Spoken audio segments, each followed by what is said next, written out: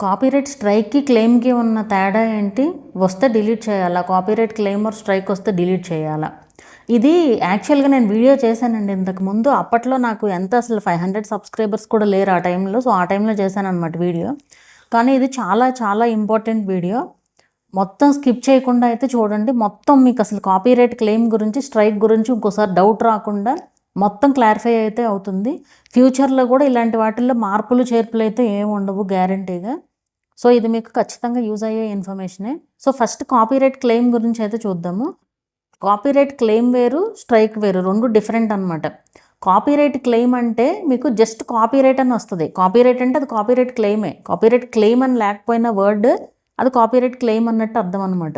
Claim అంటే జనరల్‌గా ఎప్పుడు వస్తదంటే మ్యూజిక్ వస్తది. అంటే మీరు యూజ్ చేసే మ్యూజిక్ గనక యూట్యూబ్ ఆడియో లైబ్రరీ మ్యూజిక్ కాకుండా వేరే మ్యూజిక్స్ అయితే గనక అంటే మీకు రైట్ లేని మ్యూజిక్స్ గనక మీరు యూజ్ చేస్తే కంపల్సరీ కాపీరైట్ అనేది వస్తది. అది కాపీరైట్ క్లెయిమ్. దానివల్ల ఏంటంటే మీకు ఛానల్‌కి ఏమి ఎఫెక్ట్ ఏమి ఉండదు. అంటే అసలు ప్రాబ్లమ్ ఏం లేదు ఛానల్‌కి అనేసి వస్తదనమాట. మీరు యూజ్ చేసినా ఏం ప్రాబ్లమ్ లేదు. మీ ఛానల్‌కి ఏమి ఎఫెక్ట్ లేదని వస్తది.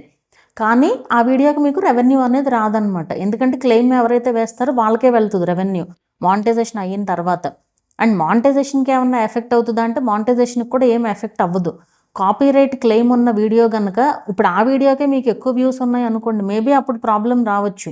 కాపీరైట్ క్లెయిమ్ ఉన్న వీడియోకే గనక మీకు ఎక్కువ వాచ్ అవర్స్ ఉండుంటే అప్పుడు ప్రాబ్లమ్ వస్తది. సో, ప్రాబ్లమ్ ఏం లేదు కదా అని మీరు ఉంచారనుకోండి తర్వాత ప్రాబ్లమ్ అవుతది. అది ఏ విధంగా అనేది కూడా చెప్తాను.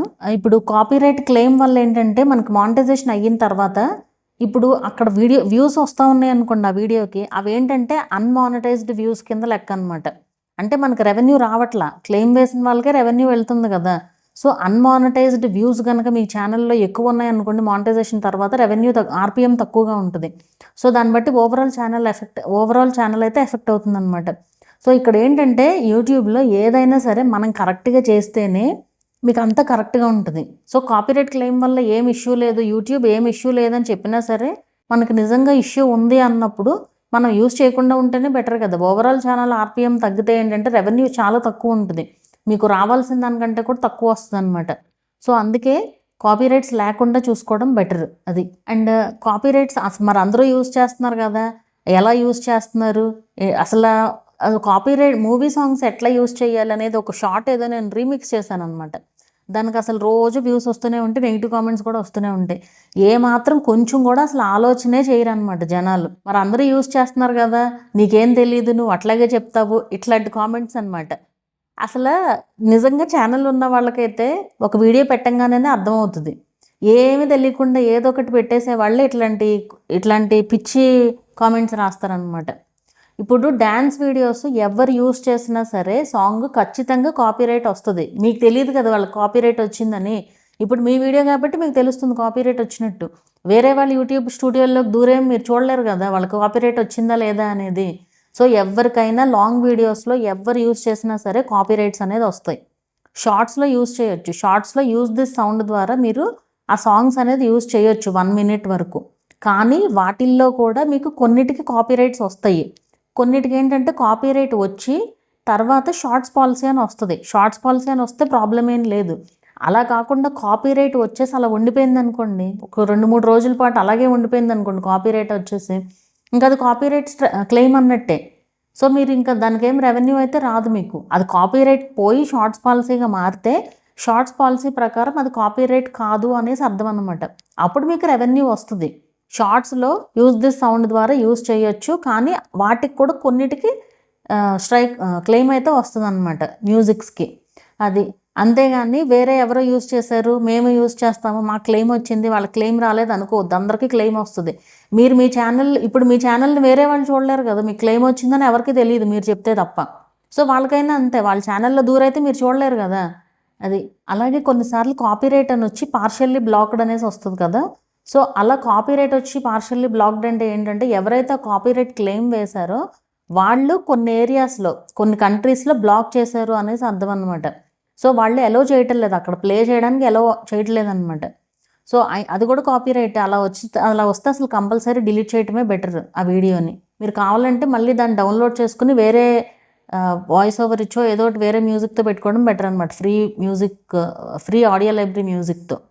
ఒకవేళ మీరు ఏం ప్రాబ్లం లేకుండా కాపీరైట్ వచ్చిందనుకోండి, ఏది మీరు యూస్ చేస్తే మీకు అసలు ఈజీగా తెలిసిపోతుంది. మీకు ఎక్కడ ఏ పార్ట్ ఆఫ్ మ్యూజిక్ వచ్చింది అనేది మీరు క్రోమ్లో డెస్క్టాప్ సైట్లో ఛానల్ని ఓపెన్ చేసినప్పుడు మీకు ఆ వీడియో కాపీరైట్ ఏదైతే ఉందో ఆ వీడియో పైన క్లిక్ చేసి కాపీరైట్ మీద కనుక క్లిక్ చేస్తే కనుక మీకు తెలుస్తుంది ఏ సెకండ్ నుంచి ఏ సెకండ్ వరకు వచ్చింది, అండ్ పేరు కూడా వస్తుంది మీకు, ఆ మ్యూజిక్ పేరు కూడా. సో దానివల్ల వచ్చింది అనేది మీకు అర్థమవుతుంది కదా. సో దాన్ని బట్టి మీరు మ్యూట్ చేయడమా, ఆ పార్ట్ వరకు దాన్ని మ్యూట్ చేయడమా, లేదంటే వేరే యూట్యూబ్ ఆడియో లైబ్రరీ మ్యూజిక్తో రీప్లేస్ చేయడమా అనేది మీ ఇష్టం అనమాట. అలా కాకుండా ఇంకో ఆప్షన్ ఉంటుంది, డిస్ప్యూట్ అనేసి. సో డిస్ప్యూట్ అనేది ఎప్పుడు చేయాలి అంటే ఆ మ్యూజిక్ మనకు రైట్ ఉంది, యూస్ చేసే రైట్ ఉంది అన్నప్పుడే డిస్ప్యూట్ చేయాలి. మనకు ఆ మ్యూజిక్స్ యూస్ చేసే రైట్ ఉండదు, ఎందుకంటే మనమేం క్రియేట్ చేయలేదు దాంట్లో. సో మనకి యూస్ చేసే రైట్ అయితే ఉండదు అనమాట. మన ఓన్ కంటెంట్ కాని కంటెంట్ని మనం డిస్ప్యూట్ అయితే చేయకూడదు, ఎందుకంటే మనకు రైట్ ఉండదు కదా మ్యూజిక్ యూస్ చేయడానికి. అండ్ ఇప్పుడు మనకి కొత్త అప్డేట్ కూడా వచ్చింది. యాక్చువల్గా ఇది అందరికీ రాలేదనుకుంటున్నా నాకు తెలిసి, బట్ కొంతమందికి వచ్చింది. అదేంటంటే ఇప్పుడు మనం వాయిస్ ఓవర్తో పాటు బ్యాక్గ్రౌండ్లో మ్యూజిక్ యాడ్ చేసామనుకోండి, ఆ వాయిస్ ఓవర్తో పాటు మ్యూజిక్ కనుక ఉంటే మ్యూజిక్కి క్లెయిమ్ వచ్చింది అనుకోండి ఫర్ సపోజ్, మనం ఓన్లీ ఆ సౌండ్ని మాత్రమే మ్యూట్ చేసి వాయిస్ ఓవర్ ఉంచవచ్చు అనమాట. అలాంటి ఫీచర్ కూడా వచ్చింది ఇప్పుడు కొత్తగా. అది మేబీ అందరికీ రాలేదనుకుంటే, బట్ కొంతమందికి అయితే వచ్చింది అండ్ వాళ్ళు అలాగే మ్యూట్ చేస్తున్నారు కూడా. సో అప్పుడు వీడియోకి ఏం ప్రాబ్లం ఏమి ఉండదు కదా, వాయిస్ ఓవర్ వినిపిస్తుంది, మ్యూజిక్ ఉండదు అంతే. సో నెక్స్ట్ టైం నుంచి ఆ మ్యూజిక్స్ యూజ్ చేయకుండా ఉంటే సరిపోతుంది అనమాట. అది మెయిన్గా ఎడిటింగ్ యాప్స్లో ఉండే మ్యూజిక్స్ అసలు యూజ్ చేయకూడదు. వాళ్ళు ఫ్రీ అని చెప్పినా కానీ మనకి ఎప్పుడొకసారి ఏదో ఒక ఇష్యూ అయితే వస్తుంది అనమాట ఆ మ్యూజిక్స్ వల్ల. సో మనకు అవి ఏంటంటే ఇమీడియట్గా తెలియవు, ఎప్పుడైతే వ్యూస్ పెరుగుతాయో అప్పుడు కాపీరైట్స్ అనేది వేస్తారు. సో యాప్స్లో ఉండే మ్యూజిక్స్ అసలు యూజ్ చేయొద్దు. చక్కగా మనకి యూట్యూబ్ ఆడియో లైబ్రరీ మ్యూజిక్లో బోల్డ్ అన్ని మ్యూజిక్స్ ఉంటాయి. పెద్ద పెద్ద ఛానల్స్ వాళ్ళే, ఈటీవీ మా టీవీ ఛానల్స్ వాళ్ళే యూజ్ చేస్తూ ఉంటారు అలాంటి సౌండ్స్ అన్నీ. మనం యూజ్ చేయడానికి ఏంటి చెప్పండి, మనకి ఏ సౌండ్ దీనికి సెట్ అవుద్ది అనేది వెతుక్కోవాలి. ఆ వెతకడానికి టైం పడుతుంది అనమాట. అది అంతే. బోల్డ్ అని మంచి మంచి మ్యూజిక్స్ ఉంటాయి, మన కంటెంట్కి సూట్ అయ్యేది మనం డౌన్లోడ్ చేసుకుని యూజ్ చేసుకోవచ్చు. సో ఇది కాపీరైట్ క్లెయిమ్ గురించి అండి. ఎప్పుడైనా సరే మీరు సింపుల్గా చెప్పాలి అంటే షార్ట్స్ అయినా లాంగ్ వీడియోస్ అయినా ఏదైనా సరే మీ వాయిస్తో పాటు మీరు కనుక మ్యూజిక్ యూజ్ చేయాలి అనుకుంటే YouTube audio library music use చేయండి. అది కూడా యూట్యూబ్ సింబల్ ఉంది, మీకు ఎప్పటికీ ఏ ప్రాబ్లము రాదు. యూట్యూబ్ ఇచ్చే musics complete free, life time అనమాట. మనమేమి ₹1 కూడా కట్టాల్సిన పని లేదు. కొన్ని ఉంటాయి సీసీ అనేసి ఉంటాయి, అవి క్రెడిట్ ఇవ్వాల్సి వస్తుంది. ఆ క్రెడిట్ ఏమని ఇవ్వాలి డిస్క్రిప్షన్లో అనేది కూడా వాళ్ళే మెన్షన్ చేస్తారు. సో అది.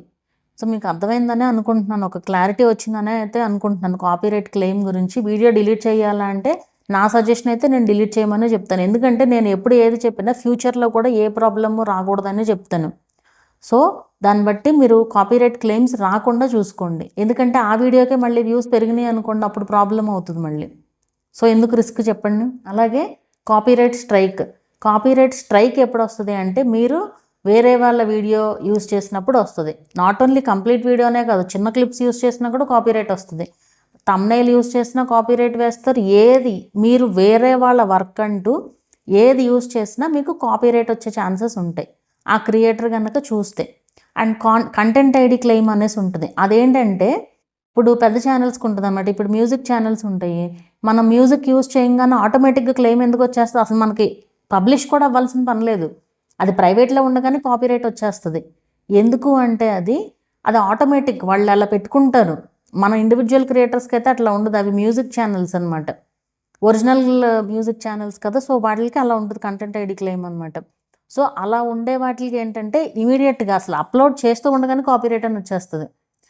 ఈ యాప్స్లో సౌండ్స్కి ఏంటంటే, నేను చెప్పేది మ్యూజిక్ గురించి, యాప్స్లో సౌండ్స్కి ఏంటంటే అది అప్పటికప్పుడు తెలియదు అనమాట, వాళ్ళకి వ్యూస్ పెరిగిన తర్వాత అప్పుడు ఇది వేస్తారనమాట. సో అట్లా ఇప్పుడు కాపీరైట్ స్ట్రైక్ అనుకోండి, ఇమీడియట్గా తెలియకపోవచ్చు వాళ్ళకి.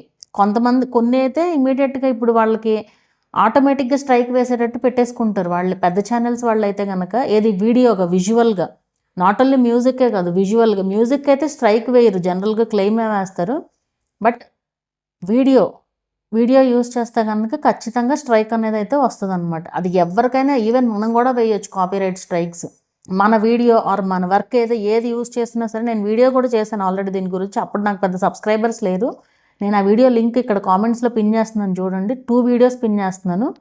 అది ఒకటేంటంటే కాపీరైట్ టూల్ ఎలా ఎనేబుల్ చేసుకోవాలనేది ఉంటుంది, అండ్ కాపీరైట్ ఎలా వేయాలి అనేది కూడా ఉంటుంది.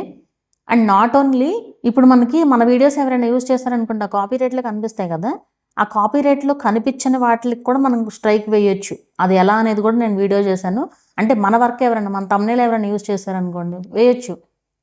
మనం రాసిన స్టోరీ ఎవరైనా పెట్టారనుకోండి వేయొచ్చు స్ట్రైక్. అలా ఉంటుంది అనమాట. కాకపోతే మీరు అట్లా స్టోరీస్కి ప్రూఫ్ చూపించాల్సి ఉంటుంది. ఫేక్ స్ట్రైక్స్ అయితే వేయకూడదు, ఎందుకంటే ఇదంతా లీగల్గా ఉంటుంది అనమాట. సో ఫేక్ స్ట్రైక్స్ అనేది అసలు వేయకూడదు. సో మీకు అర్థమైంది కదా కాపీరైట్ క్లెయిమ్కిను స్ట్రైక్కి డిఫరెన్స్. అండ్ ఇంకోటి ఇక్కడ స్ట్రైక్ పోవాలి. కాపీరైట్ క్లెయిమ్ అంటే వీడియో డిలీట్ చేసేస్తే పోతుంది, ప్రాబ్లమే ఉండదు దాంతో. బట్ స్ట్రైక్ పోవాలి అంటే కనుక కాపీరైట్ స్ట్రైక్ ఒకవేళ వస్తే కనుక అది మీకు 90 days అయితే ఉంటుంది అనమాట. ఆ 90 daysలో మీరు కాపీరైట్ స్కూల్ క్వశ్చన్స్ అనేది ఆన్సర్ చేయాలి. మీరు ఆ కాపీరైట్ స్ట్రైక్ దగ్గర క్లిక్ చేస్తే మీరు వీడియో డిలీట్ చేసినా ఏం ప్రాబ్లం ఏం లేదు. ఒకవేళ వీడియో డిలీట్ చేస్తే ఏం చేస్తారంటే క్రోమ్లో డెస్క్టాప్ సైట్ ఓపెన్ చేస్తే పైన ఉంటుంది మీకు 1 of 3 యాక్టివ్ స్ట్రైక్స్ అనేసి. అక్కడ క్లిక్ చేస్తే మీకు కాపీరైట్ స్కూల్ వస్తుంది. ఆ కాపీరైట్ స్కూల్ క్లిక్ చేస్తే ఒక 4 క్వశ్చన్స్ వస్తాయి. వాటిల్లో కనీసం 3 క్వశ్చన్స్ కనుక మీరు ఆన్సర్ చేయగలిగితే తప్పైనా ఏం ప్రాబ్లం ఏం లేదు, మళ్ళీ వస్తాయి ఇంకో 4 క్వశ్చన్స్. అవి చదివి ఆన్సర్ చేయండి. 3 క్వశ్చన్స్ కనుక సక్సెస్ అయిందనుకోండి కాపీరైట్ స్కూల్ క్వశ్చన్స్ కంప్లీట్ అయిపోయినట్టే అనమాట. సో మీరు సక్సెస్ అయితే కనుక అందులో 90 days తర్వాత, ఆ స్ట్రైక్ వచ్చి 90 days తర్వాత అయితే పోతుంది. సో ఇది మీకు అర్థమైందని అనుకుంటున్నాను. ఇంకేదన్నా డౌట్స్ ఉన్నా కూడా కామెంట్ చేయండి.